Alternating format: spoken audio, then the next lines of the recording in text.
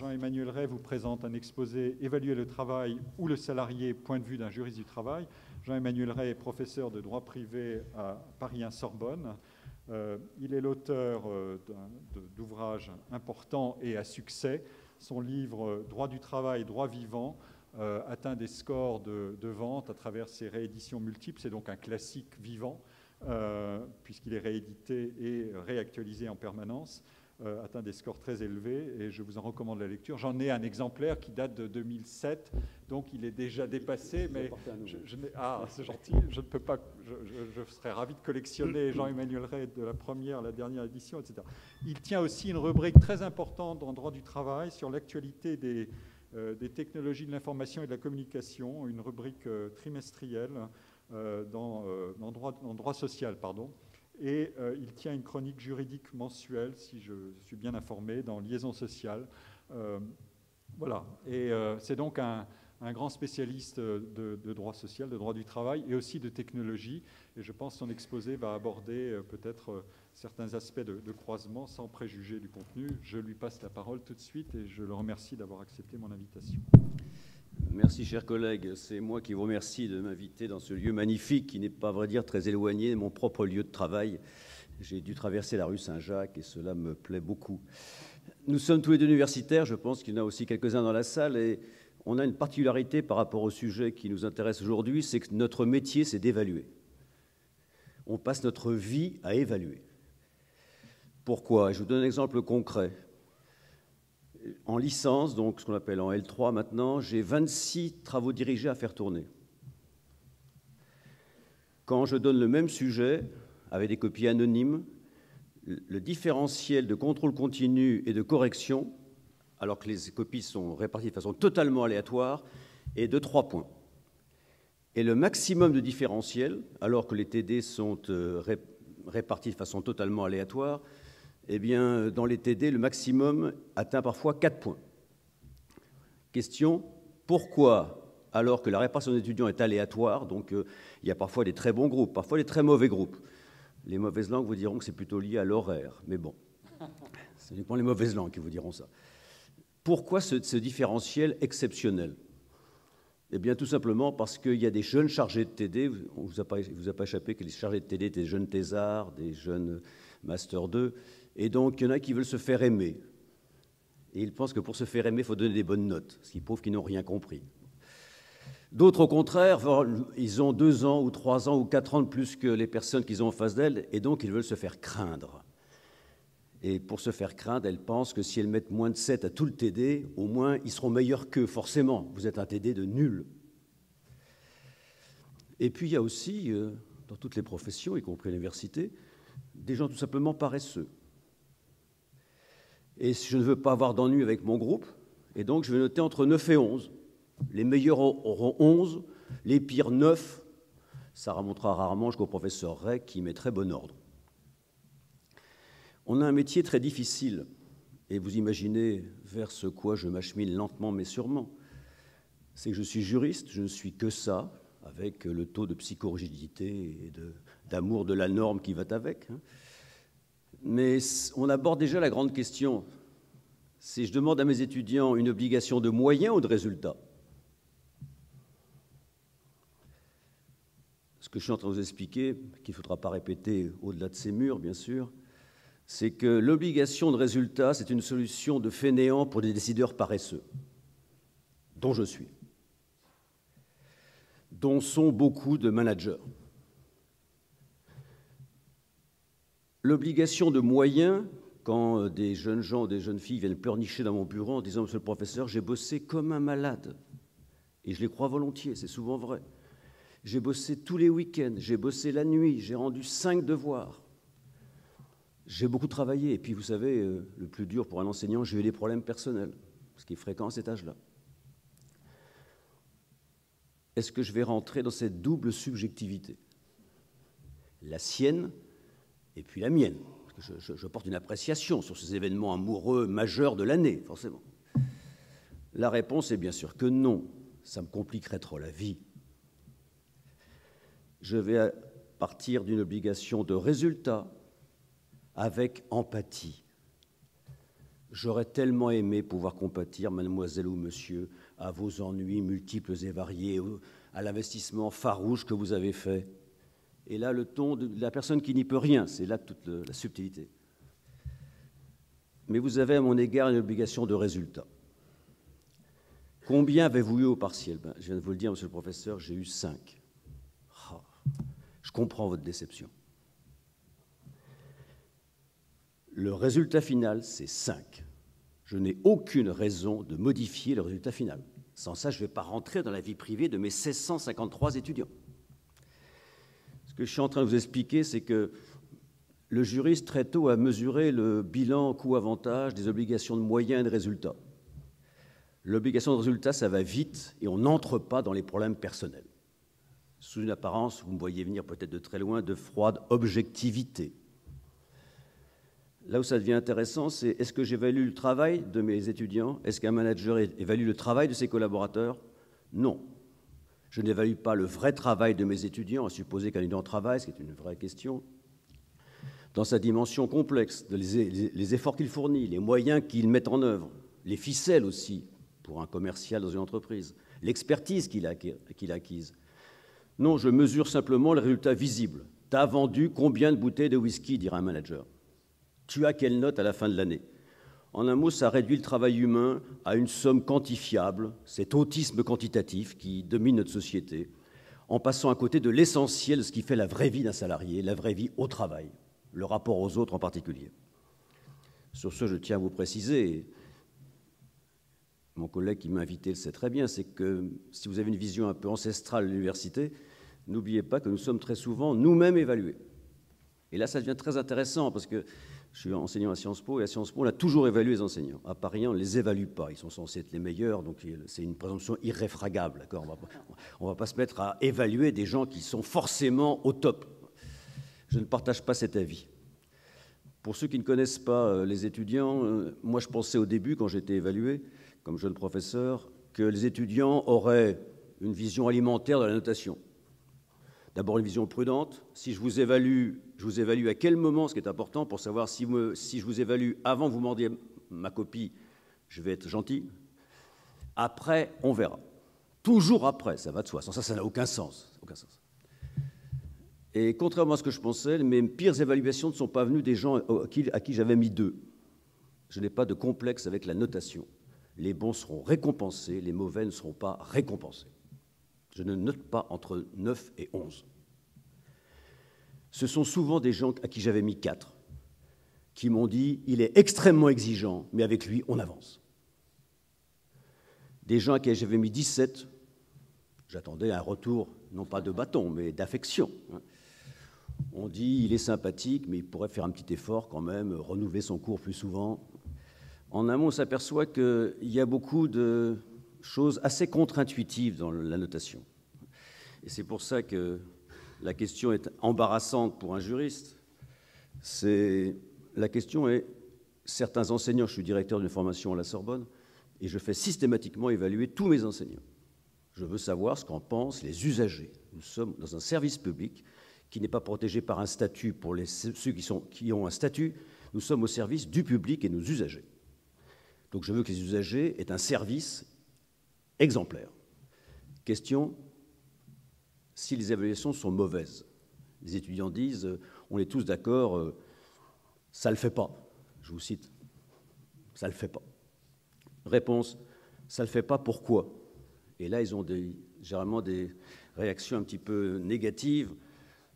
Ils nous donnent trop de travail. Alors ça, vous oubliez. Le jour où un étudiant dira, il ne nous donne pas assez de travail, qu'est-ce qu'on fait de ces évaluations? Est-ce qu'on écarte un enseignant qui se révèle super exigeant? Ou est-ce qu'on le convoque en disant voilà les problèmes qu'il pose? On aborde maintenant le second point de l'introduction, vous l'avez compris, et c'est pour ça que ce sujet est passionnant. C'est que c'est un thème qui cristallise l'évolution du droit du travail depuis 1945. C'est une espèce de synthèse. On passe d'un monde à un autre, et c'est pour ça que c'est problématique. Je reprends. Au temps de Taylor et de Ford, au temps d'une civilisation, ouvrez les guillemets, militaro-industrielle, et on ajoutera de la manufacture, militaire-industrielle, manufacture, l'évaluation n'était pas très compliquée. Rappelez-vous, pour les plus anciens d'entre nous, je vous rappelle qu'en droit du travail, je vais y venir, il y a un entretien d'évaluation obligé à 45 ans, parce qu'à 45 ans, vous êtes censé commencer à glisser vers la retraite, et donc on doit vous faire un point. C'est une évaluation obligatoire. Et comment on mesurait? C'était très simple, c'était à l'heure, tu produis combien de pièces? D'où l'expression de certains de nos étudiants qui ne savent pas ce que ça veut dire en vrai, quand on les bouscule un peu et qu'ils vous répondent d'un ton exaspéré, on n'est pas aux pièces, on leur répond, est-ce que tu sais ce que ça veut dire? Non. Être aux pièces, c'est on évalue la performance d'un collaborateur en fonction du nombre de portières de frégates qu'il a posées. On rapporte ça à l'heure, Taylor Ford, et ça nous fait la performance. Le problème, c'est qu'il y a eu un double phénomène qui a conduit à une évaluation systématique de tous les collaborateurs. Avant, on évaluait les personnes qui étaient dans les postes de manager. Maintenant, tout le monde est évalué à tous les niveaux. Pourquoi? Pour une double raison. D'une part, la révolution technologique, sur laquelle je vais revenir, mais surtout, vous le devinez facilement, la crise économique. Et là, nous sommes plus nombreux à avoir plus de 45 ans que moins de 25 ans, mais quand vous dites à vos enfants, si vous en avez qui ont l'âge de ceux que j'ai à la Sorbonne ou à Sciences Po, on est en crise, c'est l'éclat de rire. Depuis que je suis né, on me dit qu'on est en crise. Non, sire, ce n'est pas une crise, c'est une révolution. Nous changeons de monde, c'est ça le problème. Nous, ça nous rassure de dire c'est une crise qui va passer. Non, on change complètement de monde. Complètement. Et soit, quand le vent se lève, soit on construit des murs, soit on ouvre des moulins. Et ma génération préfère construire des murs, parce que la révolution en cours entraîne toutes nos certitudes. On va le voir dans un instant. Je résume. Crise économique, mutation, arrivée de nouvelles technologies, et puis moins d'inflation. Vous allez me dire quel est le rapport entre moins d'inflation et l'évaluation? C'est très simple, c'est qu'avant, quand il y avait 10% d'inflation, une croissance de 6%, c'était le gâteau qu'on devait partager.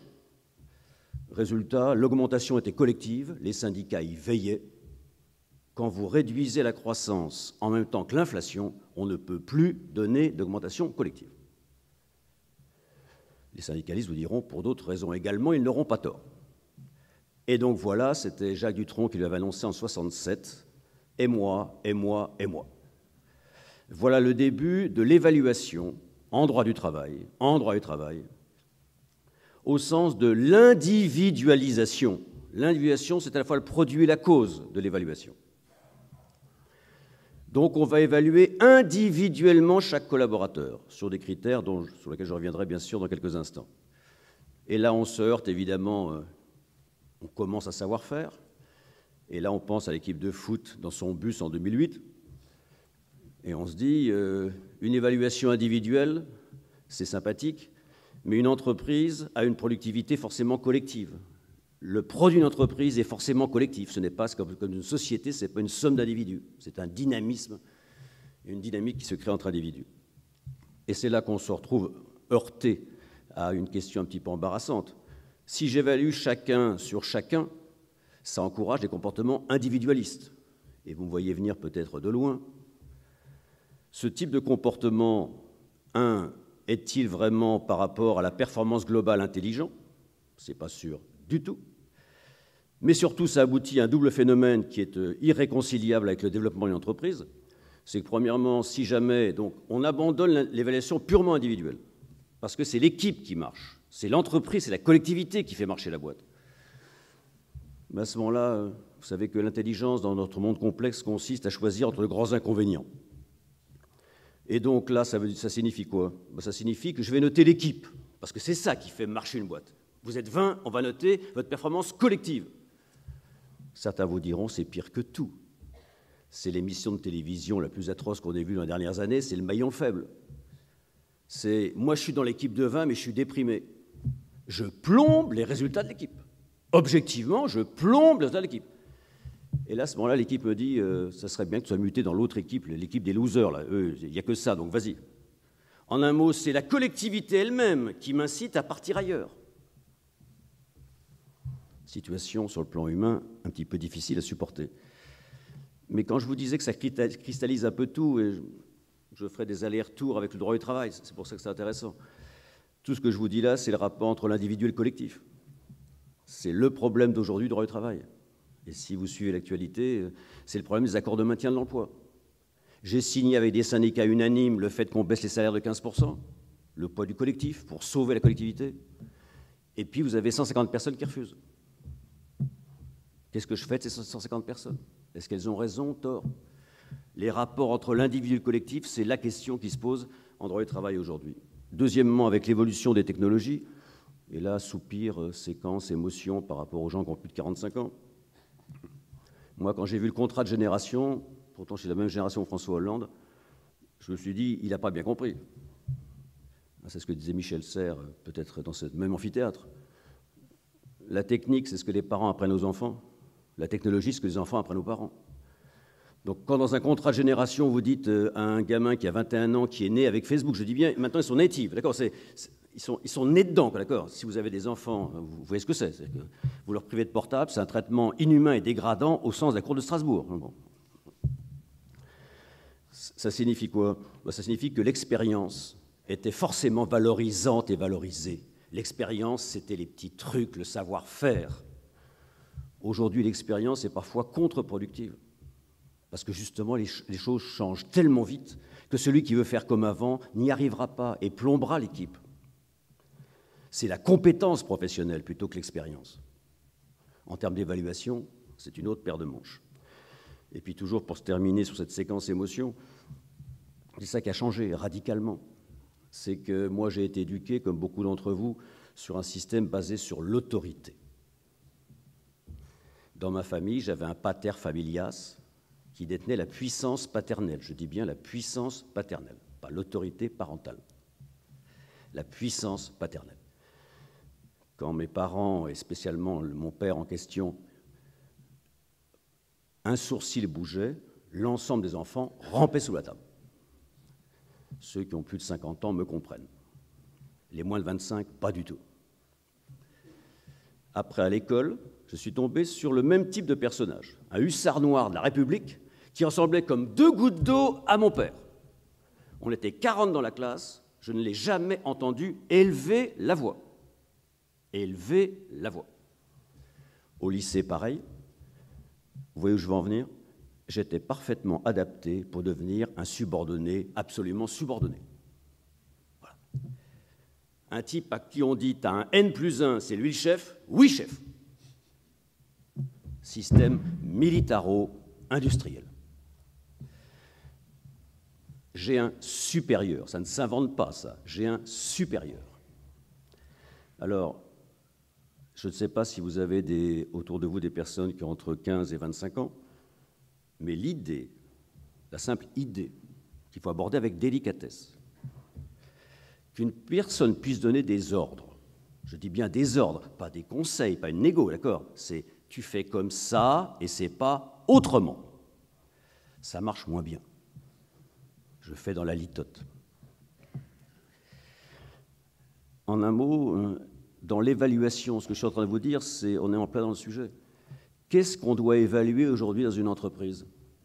Le petit chef, vous savez, celui qui cherche la règle pour embêter ses subordonnés? Ou ce que Dominique Turc, un spécialiste de la technologie, a appelé l'autorité horizontale. C'est curieux, cet oxymore pour nous, l'autorité horizontale. L'autorité horizontale, ce n'est pas celui qui est N+1. Ça ne marche plus. C'est peut-être le seul point sur lequel les jeunes générations ont raison. Sur le reste, on n'en parlera même pas, tellement c'est grotesque. Bon. Mais là-dessus, ils ont raison. Ils ne reconnaissent, et je suis bien passé pour vous en parler, parce que je suis chaque jour devant 1000 étudiants qui ont entre 18 et 25 ans. Ils ne vous reconnaîtront supérieur au sens, je peux vous adresser un message, que si vous avez de l'expertise et de l'exemplarité. Voilà ce qui fait aujourd'hui un manager. Des gamins de 20 ans obéiront au doigt et à l'œil, rêvez, au doigt et à l'œil, à quelqu'un qui leur aura montré que sur le plan professionnel, il n'y a pas de contestation. Et dans son comportement personnel, c'est exactement identique. Auctoritas. Question maintenant, j'avais mes vieux questionnaires d'évaluation façon Boulogne-Billancourt. Est-ce que le top-down descend bien? D'accord? Ça ne le fait plus. Ça ne le fait plus.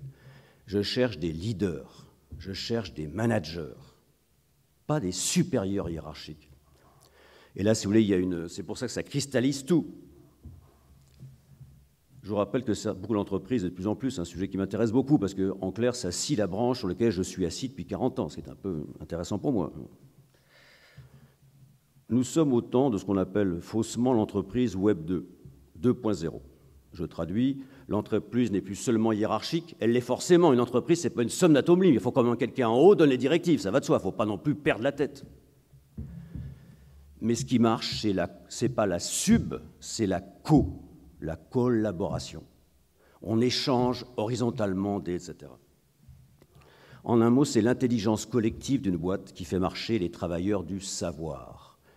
Et je ne me méprends pas sur, il ne faut pas quand même perdre de vue la réalité, les 5 millions d'ouvriers pour lesquels la collaboration sur une chaîne de fabrication existe, mais pas dans les mêmes conditions. Je ne vous parle pas des 6 millions d'employés, et ES généralement. Pensez à des centres d'appel, où si vous leur dites tu fais comme tu le sens, etc., la réponse sera brutale. Mais nous allons vers une société de la communication. On aime ou on n'aime pas, ça sera comme ça. Et nous sommes tout au début, on n'est pas à la fin, on est tout au début, tout au début. Je résume. Avant le top-down, Taylor, Ford, la discipline la plus forte est la source de la plus forte productivité. C'est ça l'idée, d'accord? Plus tu es soumis, plus tu es productif. Et je te surveille parce qu'avec tes bras, je vois si tes bras s'arrêtent, les temps modernes. L'homme-machine. Aujourd'hui, pour un travailleur du savoir, et évidemment, dans mon métier, je ne fréquente que les travailleurs du savoir. Je suis face à des futurs travailleurs du savoir et j'en suis un. On n'est plus dans le command and control. Command and control, on ne fait pas marcher des intellectuels, des travailleurs du savoir sur le command and control. Ça ne marche pas. On les fait travailler parfois comme des malades, à 150, ils bossent le dimanche, la nuit. Si on les coordonne, si on les anime, si on les relaie, ça ne demande pas du tout les mêmes qualités. Pas du tout les mêmes qualités. En un mot, le partage n'est pas naturel. Pas du tout, surtout en France, pays de cours. Surtout si omnes omnium. Surtout si mon évaluation est une évaluation individuelle, avec des phénomènes de benchmark en particulier, où je t'évalue, dans un premier temps, par rapport à toi, mais par rapport aux autres. Et donc tu peux être très bon. Donc vous avez l'impression d'avoir éclaté les compteurs, comme on dit. Et je dis, tu es très bon, mais par rapport aux autres, tu es moyen. Tout est relatif. Concluons par un cas typique. J'ai été membre du jury d'agression des facultés de droit. Et on m'a dit que c'était tous les 2 ans pareil. On a des discussions extrêmement vives, mais vives, pour des professeurs d'université, on n'en vient pas au collet, mais c'était à peu près ça. Voilà quelqu'un qui, sur le plan juridique, est absolument exceptionnel. Absolument exceptionnel. Il nous fait une leçon de 40 minutes sur le plan de la technicité. Il est des nôtres. Question de certains membres du jury. Il est exceptionnel en tant que chercheur. Il est très mauvais en tant que professeur. On le prend comme professeur d'université ou on ne le prend pas? Il devra tenir l'amphimile de Tolbiac, on ne peut pas souhaiter ça à son pire ennemi. C'est pas le tout, je reviens à l'entreprise, c'est pas le tout d'être un ingénieur exceptionnel aujourd'hui. Vous avez des ingénieurs absolument qui seraient notés 20 sur 20, c'est Einstein, d'accord? Oui, mais sur le plan coopératif, il est nul de chez nul de chez nul, d'accord? C'est mon titre. On ne peut plus avoir ce type d'ingénieur. L'entreprise est ouverte. L'entreprise se nourrit d'autres choses horizontales, non plus verticales. Comment note-t-on un professeur exceptionnel, mais qui n'est pas très bon en droit? Est-ce qu'on pense que le droit s'apprend, que l'enseignement, ça ne s'apprend pas? Comment va-t-on noter cet ingénieur absolument génial, mais qui n'a aucune envie de partager son savoir, qui veut tracer sa route tout seul? Enfin, je terminerai par, on était dans le temps, l'espace. Si vous connaissez le monde qui est le nôtre aujourd'hui, qui est très ouvert, je ne vous souhaite pas un jour de vous retrouver face à un tribunal de grande instance en train de défendre le système d'évaluation d'une boîte américaine. Là, si vous voulez, c'est une question de culture, mais de culture basique. Et vous verrez tous les contentieux que je vais vous citer, rassurez-vous, on va faire un peu de droit dans quelques instants, tout de même. Tous les contentieux que je vais vous citer sont toutes des boîtes américaines. Pourquoi? Parce que nos amis américains ont des valeurs qui ne correspondent pas tellement aux nôtres, au sens, malgré l'amitié forte entre François et Barack. Les Américains ont une culture de la liberté. Nous avons une culture de l'égalité. En termes d'évaluation, ça donne des résultats assez redoutables. Culture de la liberté, je vous cite des arrêts et autres décisions. En un mot, les questionnaires américains sont extrêmement intrusifs, mais extrêmement intrusifs. Ce sont des choses qui, nous, on leur demande, tu peux me répéter, parce que c'est de l'ordre du gag. Alors, je passerai sur quel est son degré d'adhésion aux valeurs de l'entreprise, sachant que parfois l'entreprise vous dit dans ses 10 valeurs, c'est amusant, nos 10 valeurs, non, dans ses 10 commandements. Nous sommes attachés à la société libérale.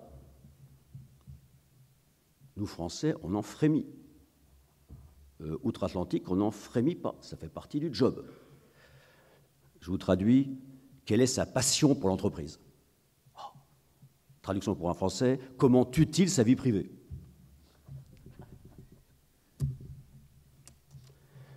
Est-ce que c'est un leader courageux? C'est quoi un leader courageux? C'est celui qui évalue sec les mauvais? Celui qui... Il y a des leaders pas courageux. Il y a des managers qui ne font pas le job. Je vais vous dire un mot dans un instant. L'évaluation, ça nécessite un certain courage managérial. Et le courage n'est pas donné à tout le monde. Alors, si certains d'entre vous ont travaillé au travail d'entreprise, ça donne oui, tout se passe bien, excuse-moi, j'ai juste 2 minutes, hein, donc voilà, t'as rien à me dire, moi non plus. Bon, on va remplir ça vite fait. On pense, il est foncièrement mauvais, mais je ne veux pas me fâcher avec lui. Tous les matins, je vais le retrouver. Et puis, dans 3 mois, je lui dirai, t'es foutu à la porte pour insuffisance professionnelle. Il m'a dit, mais on s'est vu il y a 3 mois, tu m'as dit que ça allait bien. Oui, ça a changé.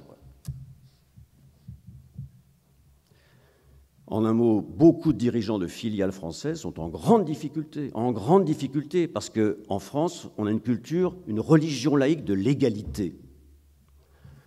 Alors, traduction pour un salarié, ça veut dire qu'une évaluation, c'est la tête du client. Et pour un syndicat, c'est vous voulez mettre de l'individu partout et démolir le collectif. Et là, j'ai toujours aimé la phrase de quelqu'un qui connaissait bien les Français, il s'appelait Charles de Gaulle, et tout est dit. Les Français ont 2 passions, la passion de l'égalité et le goût du privilège. En un mot, nous sommes pour l'égalité si jamais nous devons en bénéficier. Si nous pouvons avoir une médaille, une promotion, nous sommes pour la liberté. Et par pure méchanceté, étant fonctionnaire de la République, et ni avocat, ni consultant, je suis trop fier d'être fonctionnaire de la République, on pourrait évoquer le fait que nous sommes tous, nous fonctionnaires, comme mon cher collègue, partie d'une majestueuse grille de la fonction publique où tout le monde est égal. Je peux vous dire au centime près combien gagne un conseiller d'État, un contestation. Nous sommes tous égaux. Nous sommes tous notés. Et nous sommes notés généralement en dessous de 17, c'est qu'on est franchement mauvais. Et en dessous de 18, ça commence à le faire. Vous présentez ça à un public américain, il vous dira il y a un souci de fonctionnement. C'est une question de culture, mais vraiment très profondément. Et c'est ma transition vers l'aspect purement juridique. C'est que maintenant, avec la mondialisation, vous avez des collaborateurs des boîtes internationales qui sont évalués par des gens qui sont à 8000 km, qu'ils n'ont jamais vus. On est bien d'accord. Je ne l'ai jamais vu, Tom, d'accord? Il est à San Francisco. Et on s'appelle, et pour l'évaluation, on se fait ça en visioconférence. Donc on se voit, ce qui est rare. Vous imaginez la culture différente, la localisation différente. C'est évaluer quelqu'un qu'on n'a jamais vu. que c'est encore une évaluation.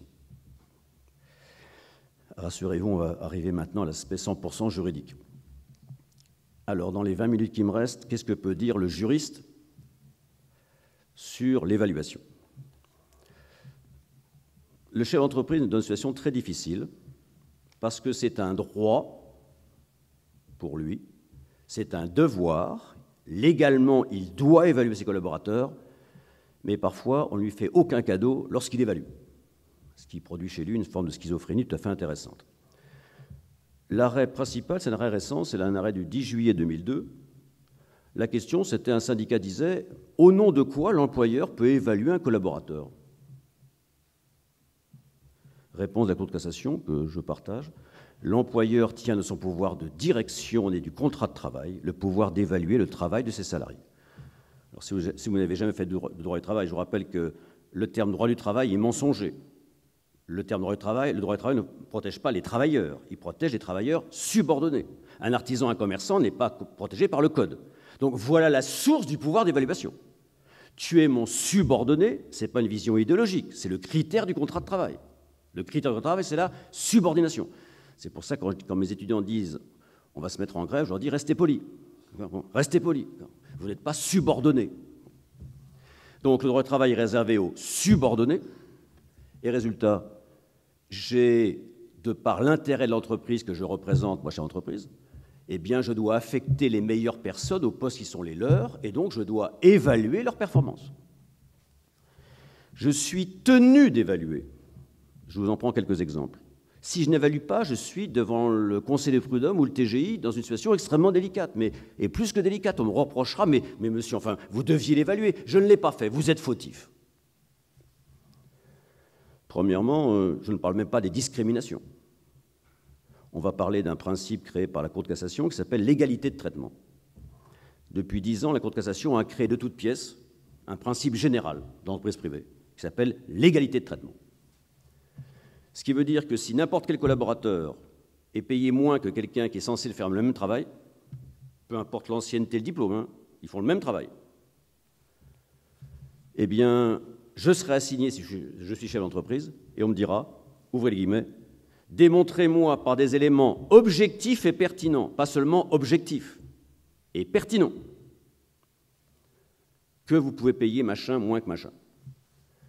Alors là où ça devient un peu amusant, et je pense que ça fera sourire les universitaires et mon voisin qui est dans la salle, c'est vous avez des grandes écoles qui disent « Écoutez, monsieur le juge, il sort d'HEC, là de Paris 22.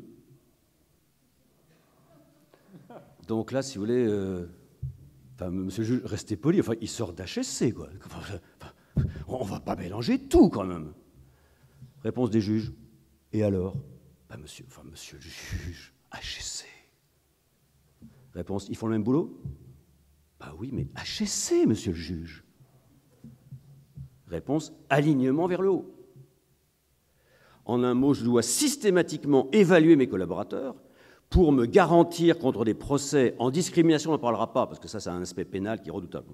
Mais en inégalité de traitement, je dois justifier à chaque fois, monsieur, vous êtes payé moins, parce que lors de la dernière évaluation, et on sort la fiche, regardez, les clients étaient plus satisfaits. Je me justifie systématiquement contre des procès en inégalité de traitement. Je ne parle pas de discrimination pénalement sanctionnée, pas race, religion. Deuxièmement, en cas de licenciement économique, là j'ai intérêt à avoir des évaluations bien à jour. Et vous imaginez facilement, lors des licenciements, dans la plupart des entreprises, lors des licenciements est fait sur les qualités professionnelles. Oui, mais pourquoi celui-là il est meilleur que celui-là? C'est très simple, je te sors les 10 dernières évaluations des 10 dernières années. Regarde la progression, lui non. Donc lui, il part d'abord. Je dois évaluer mes collaborateurs par des obligations juridiques qui sont les miennes. Ça, c'est la jurisprudence qui les a obligés, mais la loi les oblige aussi. Si je suis un cadre en forfait jour, je ne suis pas aux 35 heures, mais la loi m'oblige tous les ans, la jurisprudence tous les 2 ans, à convoquer chaque cadre autonome qui est en forfait jour en lui disant alors la charge de travail. Et j'insiste, j'évalue sa charge de travail, j'évalue sa satisfaction à l'égard de, ouvrez les guillemets, vie privée, vie professionnelle, vis-à-vis de l'organisation du travail, Et c'est une évaluation qui doit donner lieu à des conséquences. En un mot, rapport de l'évaluation. Monsieur X est très mécontent de son forfait jour parce qu'il travaille le samedi à la maison, le dimanche à la maison, et par ailleurs, l'organisation du travail est mal faite parce que ce n'est suivi de rien. Il tombe en dépression. Vous êtes en cas de faute inexcusable. Inexcusable. Les deux évaluations avaient bien montré qu'il y avait un dépassement manifeste des durées légales, que la charge de travail était excessive. Ce n'est pas seulement sentimental, hein. Il y a des conséquences tout à fait importantes. Deuxièmement, on l'a déjà vu, l'entretien à 45 ans. Je suis tenu de faire un entretien pour savoir comment adapter un personnel. Ça qui est drôle, c'est qu'à 45 ans, dans le même état qu'on était à 65 ans il y a 40 ans, hein. Mais donc, vous êtes en pleine association professionnelle, on vous dit, écoute Hubert, il faut qu'on parle. T'es sur une pente savonneuse. Il y a des entretiens d'évaluation qui sont tueurs. Tueurs. Je ne vous parlerai pas de l'Himalaya qui fait les délices des juristes, mais si vous voulez, c'est juste pour vous indiquer la difficulté de ce type d'évaluation. L'Himalaya, qui est réservé aux gens qui ont Bac plus 24, en dessous on ne comprend pas, je suis dans une grande entreprise et j'ai des permanents syndicaux. Je dis bien des permanents. En clair, ils n'ont aucun poste de travail. On est bien d'accord? Ils sont permanents. Ce qui est très fréquent, toutes les grandes entreprises ont des permanents. Question, tout mon personnel est évalué chaque année. Sur ce, à moins que vous ayez un sens de l'humour social assez particulier, je ne vais pas convoquer mon permanent CGT, que je ne vois strictement jamais, il est dans mes effectifs, mais je ne le vois strictement jamais, d'accord? En disant, alors Hubert, ça va le syndicat, je vais t'évaluer. Voilà. Sur quoi voulez-vous l'évaluer? Alors des managers pleins d'humour juridique. C'est comme la musique militaire. On dit, vous devez l'évaluer. La Cour de cassation a dit, vous ne l'évaluez pas, vous êtes en discrimination. Alors, réponse d'entreprise, mais comment je fais? Eh bien, vous devez l'évaluer non pas sur ses performances syndicales, ça on oubliera, ce sera amusant que le manager note les performances syndicales, mais sur un éventuel retour, une formation, ce qui n'est pas idiot du tout. En un mot, l'entretien d'évaluation annuel ne sert pas comme les autres à sa performance économique, ni d'ailleurs sa performance syndicale. Son évaluation sert à faire le point avec lui sur où en est-il sur le plan de la formation professionnelle. Et très souvent, qu'est-ce qu'on apprend? Parce que le militantisme syndical a aussi son âge, que quelqu'un à 45 ans dit « Écoute, maintenant j'ai fait le tour de la question, ça fait 20 ans que je suis délégué syndical central, je souhaiterais revenir sur le terrain. » Et voilà à quoi servira l'entretien annuel. Écoute, cette année, je note ta demande, on va te faire partir, c'est ce que fait Sciences Po. Sciences Po a des cycles de formation destinés, etc. Et dans un an, il quittera son mandat de permanent et il sera reclassé non pas au poste de guichetier qu'il avait il y a 20 ans, mais à un poste qui est compatible avec son expérience syndicale. Mais quand vous dites à un manager dont les objectifs sont de plus en plus fous, tu vas noter le délégué qui part 50 heures de délégation par mois, si j'ai un conseil à vous donner, c'est ne faites jamais évaluer un délégué syndical ou un délégué personnel par son propre manager. Le manager a été crabouillé par les objectifs, d'accord? Et la réponse, ça donne lieu à des arrêts de la chambre criminelle, en clair, la prison, quoi. Cette phrase-là vous mène directement en prison. Monsieur X est manifestement plus intéressé par ses mandats de délégué syndical et personnel que par les objectifs de l'entreprise. C'est direct la correctionnelle. Et c'est même pas plaidable. Ce n'est même pas plaidable. Vous ne devez tenir aucun compte d'activité syndicale. On terminera par un aspect plus descriptif, mais vous dire que la France, et c'est mon dernier point, la France est le seul pays au monde, je vous laisse le résultat de votre analyse sur est-ce que c'est un coup de génie français. Il n'y a que les Français qui peuvent comprendre. Il y a 6 milliards de personnes qui n'ont toujours pas compris qu'il y avait dans le monde un pays qui était différent des autres. Donc, est-ce que c'est un coup de génie ou alors un coup d'épée dans l'eau? Ça, je vous laisse seul juge. Nous sommes le seul pays au monde à avoir encadré de façon drastique l'évaluation des collaborateurs. Cette loi date du 31 décembre 1992 et c'est une loi sur le recrutement, mais qui du coup a été exportée sur l'évaluation. Premièrement, aspect individuel, aspect collectif. Et là, vous allez voir que c'est le pays le plus réglementé du monde sur l'évaluation. Premièrement, loyauté contractuelle individuelle. Je n'ai pas le droit de faire subir des tests à un collaborateur avant son évaluation. On va voir si tu parles anglais, mon gars, tu vas te passer le... Je n'ai pas le droit de faire passer des tests sans avoir dit, quels qu'ils soient, psychotechniques, tout ce que vous voulez, hein, le droit du travail, sans avoir dit à chaque fois, quelle que soit l'épreuve, à quoi ça va servir. Donc, information préalable sur les méthodes et techniques d'évaluation. Et il va de soi que ces résultats sont confidentiels. En un mot, je n'ai pas donné à autrui les résultats de l'évaluation. En revanche, il va de soi que, et c'est là où il y a des soucis, il va de soi qu'ils sont confidentiels à l'égard des tiers, ils ne sont pas confidentiels à l'égard du salarié lui-même. À votre avis, comment notre DP a eu l'appréciation, s'occupe plus de ses mandats que de son objectif? Mais il a demandé communication de son dossier d'évaluation, évidemment. Et l'employeur a dit non, c'est trop sensible, je ne te le donne pas. Il va de soi que l'intéressé a droit à communication de son propre dossier. Ça, c'est la loi informatique et liberté. Aspect individuel. Aspect collectif, et c'est là qu'il y a un nouvel acteur qui est rentré sur la piste et personne ne l'attendait, et c'est lui qui fait la loi aujourd'hui. Premièrement, en clair, l'idée, c'est la transparence absolue, une transparence préalable. Je mets en place des tests de benchmark, de ranking, de 360, ce qui est à la mode aujourd'hui. Je dois, c'est pas je peux, je dois informer et consulter d'abord mon comité d'entreprise. Ça, c'est une règle générale. Tout ce qui est technique collective doit donner lieu à une information, consultation préalable. Mais il y a une nouveauté qui est en train de bloquer tous les systèmes d'évaluation américains en France. Personne ne l'attendait. C'est un arrêt groupe Mornay du 28 novembre 2007 qui a fait exploser. Personne ne s'y attendait. C'est une institution qui était peu connue, qui s'appelle le CHSCT. En un mot, c'est l'instance chargée de la santé et de la sécurité. Alors la santé-sécurité au temps de Ford, c'était la loi de la pesanteur, le salarié tombait. Okay.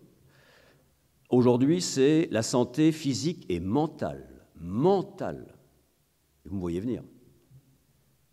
Est-ce que des évaluations un peu raides? Est-ce que des objectifs trop élevés ne portent pas atteinte aux conditions de travail et à la santé mentale des collaborateurs? Aujourd'hui, ce sont les CHSCT qui sont en train de bloquer dans de très nombreux TGI de France et de Navarre des systèmes d'évaluation. Pas le CE, pas les salariés, le CHSCT. Et je vous en donne quelques exemples. Il va de soi que le benchmark, qui consiste à classer les salariés l'un contre les autres, qu'est-ce qu'a dit le TGI de Lyon le 4 septembre 2012? Grosso modo, c'était une caisse d'épargne qui classait les salariés quasiment en temps réel. Oh, t'es 23e, oh, t'es 4e, non, tu viens de descendre, non, tu viens de remonter. En temps réel, en temps réel. Donc il veut dire que le but était de figurer dans le top 10, si possible, pas en dessous, parce qu'en dessous, le message était t'es en dessous, quoi. Est-ce que tu as encore des notes, quoi? Si tu n'es pas in, tu es où? Réponse, système illégal, encourageant à une pression sur le travail des collaborateurs tout à fait excessive. Idem pour tout récemment, le TGI de Nanterre, dans une auto-évaluation. Là, on y reviendra, c'est plus compliqué. Mais vous allez voir le mieux quand même. C'est une décision du TGI de Nanterre du 5 septembre 2008. C'est un groupe néerlandais. C'est très rare que ce soit un groupe français. Je vous donne les trois critères. Focus client, innovation et responsabilité. Focus client, innovation et responsabilité. Alors, il faut que les critères d'évaluation soient objectifs et transparents. Ça, on l'a vu, hein, objectifs et transparents. Alors, c'est là où ça devient plus amusant. À propos de l'innovation, je vous cite le critère pour vous dire qu'on est vraiment dans une autre stratosphère. Pour les managers, ouvrez les guillemets, il a une pensée originale. Il propose des idées et des solutions innovantes et encourage ce comportement chez les autres. C'est vaste comme programme. Qui a des idées originales? Et accrochez-vous, c'est le caractère merveilleux de mon métier, c'est qu'on trouve des juges qui se lâchent vraiment. Et donc la réponse du TGI de Nanterre, sur le plan juridique, je ne vous cache pas que c'est un peu E.T. quand même. Mais ça donne, écoutez bien, les idées originales étant rares, son comportement risque de n'avoir aucun effet sur la notation. C'est amusant comme vision juridique des choses. J'en termine sur la forme. Le droit de la sécurité sociale intervient aussi. Arrêt du 1er juillet 2003. Un entretien d'évaluation, si vous connaissez l'entreprise, on voit assez bien ce qui était préparé. C'est un collaborateur qui ne fait plus l'affaire. Et il faut que le message passe, quoi. Il faut que le message passe, il faut que tu commences à réfléchir, à chercher un autre boulot. Donc à l'entretien, SRH 1900 tours, comme on appelle ça à l'entreprise. Le salarié sort complètement déstabilisé et fait une tentative de suicide en rentrant chez lui. Réponse de la Cour de cassation. Constitue un accident de travail. Il l'a fait chez lui. Cause d'un accident de travail, la dépression nerveuse d'un salarié apparue 2 jours après l'entretien de l'évaluation, au cours duquel le supérieur hiérarchique lui avait annoncé, etc., etc., etc. Lequel d'entre vous m'aurait dit à 20 ans qu'un entretien d'évaluation un petit peu brutal aboutirait à un accident de travail, Enfin, il va de soi que les lois informatiques et liberté doivent être respectées. Et là, la CNIL, je vous laisse aller sur le site de la CNIL. Commentaire trouvé par la CNIL, évidemment, 100 000 € d'amende. Il nous a mis au prud'homme, il faut lui confier le plus de travail possible. Ça, c'est le genre d'évaluation qui n'a pas grand-chose à voir avec moi. Il a des problèmes d'odeur, il boit, il faut le licencier. Atteinte à la dignité. J'en terminerai par l'essentiel, c'est le fond. En un mot, on ne peut pas mettre en place un d'évaluation qui ne soit pas transparent et objectif. Sans ça, il ne sera même pas mis en place. Le CHSCT ou le CE saisiront le TJ en référé en disant « Monsieur le juge ». Tout ce que je vous dis, c'est en référé avant la mise en place. Vous ne pouvez pas admettre que la notation soit faite là-dessus. Et avec leur culture d'égalité et leur vision de juristes, qui ne connaissent pas toujours très bien l'entreprise, eh bien, les juges, très souvent, suspendent la notation. Ce n'est pas leur culture du tout. Sur le fond, parce que c'est le fond qui est important, c'est l'article L1222.2 qui le dit. Les informations collectées pour n'importe quelle évaluation, je cite, doivent présenter un lien direct et nécessaire avec les aptitudes professionnelles. Un lien direct et nécessaire avec les aptitudes professionnelles.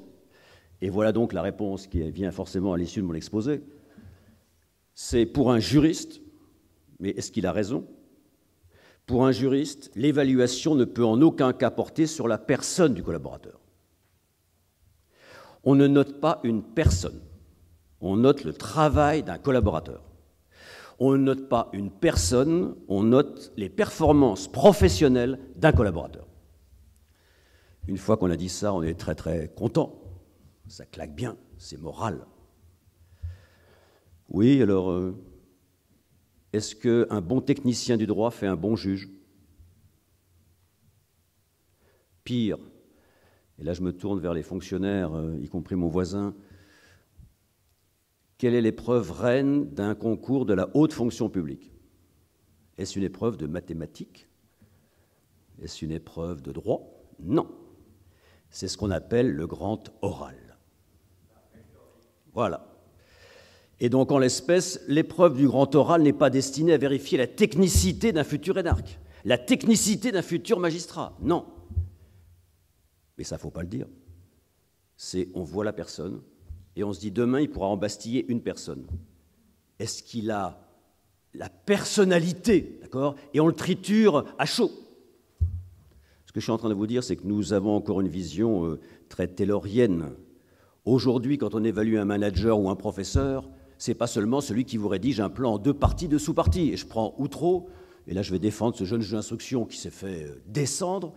Je crois que ce jeune juge d'instruction qui a foiré complètement Outreau était un excellent juriste. La preuve, la Cour d'appel n'a jamais sanctionné ses actes juridiques.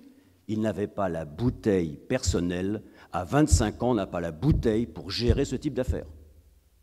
Donc la technicité est très insuffisante pour faire un bon juge et confère le concours d'agrég. En un mot, ce que je viens de vous dire, on l'a déjà vu en introduction, c'est qu'on savait très bien évaluer un ouvrier de production. On savait déjà moins bien l'agent de maîtrise. Est-ce qu'il fallait celui qui tient bien ou celui qui crée un leadership? Vous êtes directeur des ressources humaines, chercheur. Qu'est-ce qui fait un bon chercheur? C'est celui qui trouve dans son coin, confère Supra, ou celui qui crée dans le laboratoire une dynamique qui fait que ça, on écrabouille la concurrence, parce qu'il est là. Sur le plan ingénieur, il n'est pas génial, mais il a un travail collaboratif. Je vous rappelle que dans le milieu qui est le nôtre, il y a un exemple très célèbre. En un mot, ce que je suis en train de vous dire, c'est que non seulement on ne sait pas très bien évaluer, au sens étymologique du terme, donner une valeur à des salariés, mais il faudrait s'interroger sur évaluer les évaluateurs. Et là, je prends un exemple volontairement outre-Atlantique. une grande fac américaine près de New York a fait un sondage sur une théorie qui est très à la mode aujourd'hui en France, en disant « Est-ce que les jeunes managers femmes ont une politique différente des managers hommes ?» Et donc, on a présenté à des jeunes femmes managers new-yorkaises les mêmes personnes, exactement les mêmes. En clair, une jeune femme qui vient d'avoir un gosse à New York, donc c'est l'enfer absolu, d'accord ? Il n'y a pas de crèche, elle arrive en retard, elle part en avance. Bon. Réponse. Les jeunes femmes, qu'on appelle aux États-Unis DINK, double revenu et surtout pas d'enfants. Tu me dis quoi, Hélène ? Il a une rage dedans. Oui, ben je m'en fous, d'accord ? Je ne te paye pas en tant que maman, d'accord ? Je veux que tu sois là à l'heure, que tu fasses le job. D. Celle d'à côté, 3 enfants, donc une rage dedans. A. La même personne dans les mêmes conditions, des évaluations exactement opposées, pour les mêmes performances. L'une comprend, l'autre ne comprend pas. Qui va évaluer les évaluateurs? Et j'en termine en disant, la question c'est, on évalue pourquoi? Pour encourager les collaborateurs, pour leur montrer la route, parce qu'on a plus d'expérience qu'eux généralement. Ce n'est pas le même job de faire ça que de sanctionner pécuniairement un collaborateur. Ce n'est pas le même job. Je suis juge, je suis accompagnateur. Ce n'est pas du tout le même job. Il y a peu de managers qui sont à la fois juges, accompagnateurs et qui ont assez de hauteur de vue pour faire tout ça. J'en termine en vous disant que je vous parle du courage managérial, et c'est ce que nous reprochent nos amis américains, allemands, c'est qu'en France, on ne veut pas se fâcher avec ses collaborateurs. C'est parfaitement humain. En un mot, si je l'évalue mal, il va me faire la gueule. Alors allons-y, si vous connaissez, c'est mon voisin, il connaît 1000 fois mieux que moi, les grandes techniques d'un manager peu courageux, alors ça s'appelle la semeuse, la tournante, donc ça donne réunion du service. Bon, écoutez les gars, les fous de la RH m'ont demandé de vous noter, il y a des primes à la clé, je vous aime tous. Voilà. Alors, vous dites rien, la semeuse, on va faire de façon aléatoire, la tournante, on fera... D'où les réactions des entreprises américaines.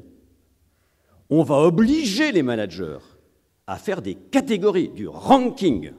D'accord ? Je veux qu'il y ait 5% de mauvais. Mais ils sont tous bons. J'en veux 5% de mauvais. T'as forcément des mauvais. Non, j'ai pas des mauvais. Alors tu mettras les moins bons. C'est ça le ranking. D'accord ? Le ranking est déclaré illicite. Illicite en France, ce qui a fait beaucoup de bruit aux États-Unis. Vous aurez compris que ce thème qu'on m'a proposé de traiter en 50 minutes est un thème qui ratisse très large. Et pour moi, c'est du vrai droit. Le droit, ce n'est pas la technique juridique. Si c'était que ça, un ordinateur ferait un bon juriste. Le droit, c'est réfléchir sur les valeurs qui font notre société. Je vous remercie.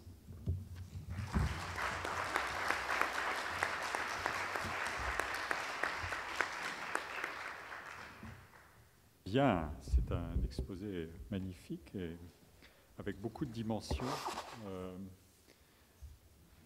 Ce Force Ranking qui a été créé par les Américains, je crois par GE. GE, oui, c'est ça, General Electric, est pratiqué là-bas. Mais est-ce qu'il n'est pas pratiqué un peu plus sournoisement en France sur le thème du vocabulaire du talent, c'est-à-dire la comparaison ordinale s'introduit toujours d'une manière ou d'une autre, et comment est-ce qu'elle fait partie des choses possibles ou impossibles dans les critères d'évaluation? Alors vous savez, un juriste ne sait pas ce qui est impossible. Un juriste, tout est possible. Mais donc je vous répondrai sur le plan légal, pas légal. Oui. Voilà. La réponse est la suivante, c'est une forme d'hypocrisie. En un mot, les Américains ont bien compris que s'ils disaient « tu dois m'en coller 5% en bas », le TGI de Nanterre dirait « je suspends le système d'évaluation ». Donc la réponse a été, et c'est ce qu'a approuvé un autre TGI, c'est « Monsieur le juge, mon système est une proposition, je n'impose rien ». Ce que vérifie le juge. En un mot, si dans certains services, il n'y a personne de mauvais, d'accord, le juge vérifie. Il ne se fie pas simplement à la patronne de chef d'entreprise. Mais grosso modo, le TGI de Grenoble récemment a indiqué que c'est vrai que des courriers électroniques disaient, vous savez, courbe de Gauss, voilà, grosso modo comme ça. Donc, grosso modo, vous devez avoir 5%, 5%. Réponse du TGI de Grenoble, après avoir vérifié équipe par équipe que c'était des conseils, mais pas un ordre, à estimer que, sous ce que vous venez de dire, évidemment, sous l'aspect talentueux, eh bien, ce système n'était pas illicite. Ah oui, d'accord. n'était pas illicite. Mais j'insiste, il n'est pas imposé au manager. Et on le vérifie. On ne croit pas seulement la patronne du DRH qui dit, on vérifie qu'un an après, il n'y ait pas eu ce type de choses. J'ai une deuxième question qui est, est-ce que vous connaissez, ou est-ce qu'il y a des travaux sur l'impact de l'évaluation, enfin des travaux fins sur l'impact de l'évaluation sur la variabilité des rémunérations, par différence de niveau, parce que le coefficient d'individualisation, il s'élève évidemment à mesure qu'on augmente, et donc j'imagine que la tolérance aussi, ou la pratique de l'évaluation change à mesure qu'on s'élève dans la hiérarchie des emplois. Oui, donc ça, le ministère du Travail et la DARES font des études régulières sur la part du variable, oui, à la fois dans toute la population française. Donc la réponse est, le grand démarrage, c'était la crise. Avant, c'était plutôt tout collectif, la crise a obligé à individualiser, donc c'est là qu'on voit le démarrage. On a, grosso modo, le summum a été il y a 5 ou 6 ans. Aujourd'hui, on s'est aperçu, à cause de la collaboration du Web 2, que l'individuation avait un résultat contre-productif. Mais je suis commercial, mon bonus, qui est parfois de 50% de mon salaire, est purement individuel. Comment voulez-vous qu'après, on me dise sur le réseau social, on va tout partager, les petits trucs? Je ne suis pas fou. Mon variable dépend justement des petits trucs que je connais. Je ne vais pas dire à tous mes collègues, voilà comment je fais plus 10%. En un mot, c'est, grâce au Web 2, au système de collaboration, qu'on remet en cause dans les entreprises qui sont dans ce système-là, ce système de omnes omnium, d'individuation, qui coule finalement la mise en place d'un réseau collaboratif. D'accord. Donc, est-ce qu'il y a maintenant une situation de connaissance commune de la valeur de chacun au regard des critères? C'est-à-dire que cette idée de transparence, elle est bilatérale, mais est-ce qu'elle est multilatérale? Est-ce que c'est le grand problème? Par exemple, pour reprendre l'exemple des universités américaines que je connais un peu, tout est bilatéral. Il n'y a pas de grille et tout se négocie. Et vous pouvez avoir une idée de ce qui est l'arrangement qui est fait pour votre collègue, qui peut être totalement différent du vôtre, alors que même, par ailleurs, il y a de la bibliométrie, il y a tous les outils possibles et imaginables. Donc il y a une concaténation de systèmes où vous avez une part objectivable et une part totalement opaque. En France, on est dans quoi dans cette... On reste beaucoup dans l'opaque, parce qu'on a une culture de hiérarchique. D'accord. Et donc on cache sous des critères qui sont assez larges pour mettre un peu ce qu'on veut derrière, une affection particulière pour tel collaborateur. C'est vrai que les critères objectifs, vous avez des collaborateurs qui objectivement ne remplissent pas les critères, mais qui, de par leur attitude générale, participent à la performance de l'équipe. Et donc il faut bien les mettre quelque part. En clair, on aboutit parfois à des usines à gaz. Enfin, je ne sais pas si vous avez travaillé dans les grandes entreprises. Avant, une évaluation, c'était une demi-page, d'accord? Et puis on signait. Aujourd'hui, c'est 15 pages avec des indicateurs qui sont tout à fait étonnants, mais tout à fait étonnants, dans lesquels, en clair, c'est l'informatique a permis un listing qui permet de faire remonter, parce qu'évidemment, après, ça remonte, éventuellement, pour préparer de futures restructurations. Ma dernière question concerne les CHCST, oui, qui est un cas intéressant. Est-ce que ça n'est pas, en quelque sorte, à travers l'implication tout un ensemble d'experts extérieurs à l'entreprise, une manière de produire une formule de contre-évaluation à la disposition des salariés pour élargir la plage des critères et rendre l'opération à la fois au maximum individualisatrice et au maximum inertielle? Pour l'instant, en France, on découvre le rôle du CHSCT. Donc le CHSCT met la pression. Les CHSCT sont des élus internes, d'accord. Ils peuvent faire appel à un expert extérieur, des grands cabinets d'expertise. Mais là, on est dans un rapport de force. C'est le deal, qui est un pur rapport de force, c'est de dire, votre évaluation dealera le CHSCT, qui peut agir en justice, il peut agir escalité en justice. Votre système d'évaluation me paraît contestable pour raison de santé mentale, de pression sur les collaborateurs les plus faibles. Donc, soit, et là on rentre dans la négo, soit vous retirez ce critère et je n'irai pas en justice, soit si vous ne le retirez pas, j'irai en justice, et nous vivons dans un monde de la réputation. Aucune entreprise n'a envie de passer pour l'entreprise qui secoue ses collaborateurs sur le plan physiologique ou psychologique pour des raisons d'objectifs. En un mot, le rapport de force aujourd'hui, il n'est plus tellement en justice. Une entreprise ne veut pas se faire allumer dans un grand quotidien du soir en disant, suite à d'autres mésaventures, aujourd'hui, la terreur d'une entreprise, c'est qu'un juge dise que dans cette entreprise-là, eh bien, il y a des pratiques qui, sur le plan du harcèlement moral, parce que je vous rappelle que la jurisprudence a estimé que certains modes d'organisation constituaient en eux-mêmes du harcèlement moral. Ce qui est quand même assez novateur pour un juriste. Bien, j'ai envie évidemment de boucler toute la séance en demandant quelle est la mesure ultime de la performance d'un outil d'évaluation. Il existe aujourd'hui beaucoup de travaux qui essaient d'ouvrir la boîte noire de l'organisation et de la corréler à toutes sortes de variables, performance, position concurrentielle du pays ou de ses entreprises, etc. etc. Mais ce sont des travaux anglo-saxons essentiellement, qui ne prennent pas en compte et qui classent d'ailleurs régulièrement la France dans les mauvais élèves en termes de management. Et ce qui apparaît ici, c'est que ce que vous mettez en contraste, c'est une technologie qui durcit très vite beaucoup de choses et un déficit considérable de relations horizontales. Donc les deux se nourrissent l'un l'autre, en quelque sorte. Si j'osais, mais ça fait une chute un petit peu brutale. On va partir d'un paradoxe. Un exemple au hasard, moi. Que je prépare mes cours 60 heures par semaine, ou que je ressorte chaque année le même cours, ne changera strictement rien à mon évaluation professionnelle. Rien. En France, oui, on est en France. En France. Ça va de soi. Bien sûr, bien entendu. Bien sûr que oui. Bien sûr que oui. Bien sûr que oui. Donc, c'est pour ça qu'on terminera, si vous voulez bien par là, enfin, je vous en parle, mais si vous voulez, les homo economicus qui se penchent sur les performances, et là, on va prendre les entreprises, certains directeurs commerciaux de l'ancienne génération, quand on leur dit « tu vas remplir le questionnaire à 120 variables », ils vous diront « je vais t'expliquer, mon gars. Il y a des commerciaux qui sont commerciaux et des commerciaux qui ne sont pas commerciaux. Tu pourras faire ce que tu veux en termes d'incentives, etc. S'il est mauvais, il sera mauvais. Et s'il a le commerce dans la peau, il sera excellent. » Évidemment, ce qui est une chute un peu brutale. Merci beaucoup.